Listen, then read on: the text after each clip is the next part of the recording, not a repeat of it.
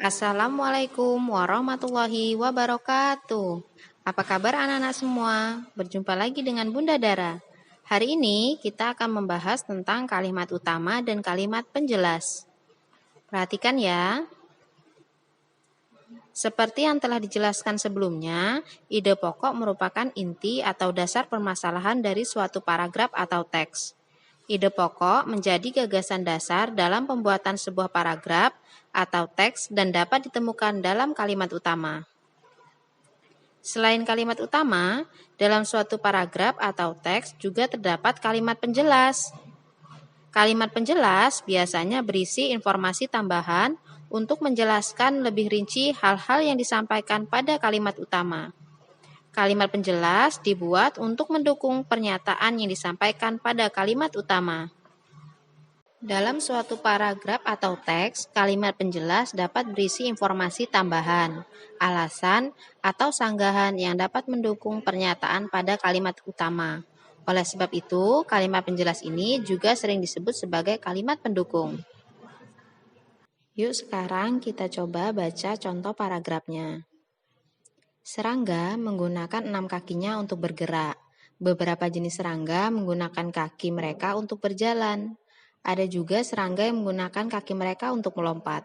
Selain itu, ada beberapa jenis serangga yang menggunakan kaki mereka untuk berenang dan berjalan di atas air. Sumber Ensiklopedia Iptek dengan penyesuaian. Secara keseluruhan, inti paragraf tersebut adalah mengenai fungsi kaki pada serangga. Informasi tersebut dapat ditemukan pada kalimat pertama. Oleh sebab itu, kalimat pertama merupakan kalimat utama dari paragraf tersebut. Sementara itu, ide pokok dari paragraf tersebut adalah fungsi kaki pada serangga. Selain kalimat utama, ada juga kalimat penjelas dalam paragraf tersebut.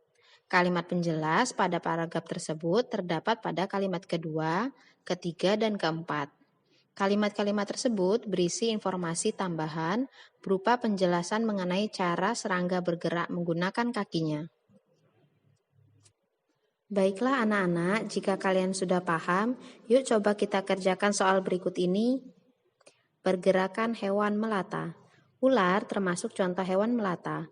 Ular tidak memiliki kaki atau tangan untuk bergerak serta berpindah tempat. Untuk bergerak, ular perlu mengerutkan badan dan perutnya. Hewan melata ini menggunakan kemampuan otot perutnya untuk bergerak dari satu tempat ke tempat lain dengan gerakan berkelok. Kemampuan otot perut ular tersebut dapat membuat ular bergerak di darat maupun di air. Nah, anak-anak, sekarang coba kalian kerjakan soal-soal berikut. Soal nomor 1, apa ide pokok dari paragraf tersebut? Soal nomor 2, di manakah kalimat utama dari paragraf tersebut? Soal nomor 3, tuliskan kalimat penjelas yang terdapat pada paragraf tersebut. Soal nomor 4, buatlah kalimat-kalimat penjelas untuk kalimat utama, ikan bergerak dengan cara berenang di air. Nah, anak-anak, cukup sekian pembelajaran kita hari ini. Jika ada yang belum jelas, bisa kalian ulangi kembali videonya. Bunda akhiri, wassalamualaikum warahmatullahi wabarakatuh.